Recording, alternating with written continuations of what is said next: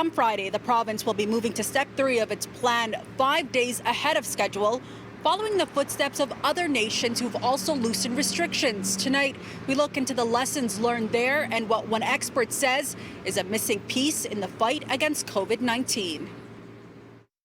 We have had one of the longest lockdowns in the world. And I think most of us accept that as much as we don't love it.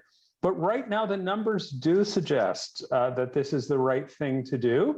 A summer of activities is being projected for Ontarians. For the first time in months, you'll be able to eat indoors, go to the gym, or perhaps hit a dance floor if you're in the mood. Two experts we spoke with say the public health data supports an early reopening. I think that's a really good idea. However, we've also still got to be a bit cautious about looking at what's happening around the world and what's happening here. Places like the United States and the UK initially surpassed Canada in administering COVID-19 vaccines and over time easing restrictions. But some countries, including the United Kingdom, are now seeing a surge in the Delta variant. Looking to the UK gives us a good indication, but it may not actually be what happens here because of our own local conditions. That condition being vaccination rates. Some countries are seeing a plateau. Here at home, goals surpassed. Over 60 million doses of the vaccines have been administered province-wide. More than 77% of people in Ontario 12 and older have received one dose, and more than 50% have received both. Public health measures remain. Masks and physical distancing continue to be critical because there's still an element of risk. There's still a good proportion of the population that are at sort of higher risk still. And so it means that, I think people should still be conscious of wearing masks and washing hands and try to do social distancing, physical distancing as much as possible.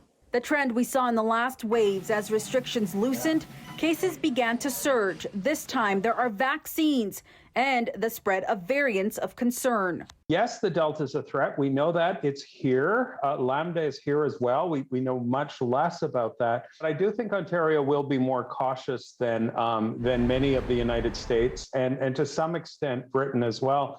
Experts warn it's just as important to be invested in what's happening outside of Canada, saying as long as the numbers are high globally, variants will continue to emerge. As much as the numbers are getting better here, what we're really losing track of is the global situation with this pandemic is not better. It's very concerning. The Russian Federation, Latin America, Sub-Saharan Africa, this is not over. As Ontarians, we may be able to see the light of the end of the tunnel here at home, while other nations are still in the thick of it all. Issues that impact other countries will ultimately impact us, particularly if countries aren't able to manage the cases that they have. Now, there are also two important key factors that experts are reinforcing with the movement of people. That is contact tracing and testing, including for people who are vaccinated and may be asymptomatic.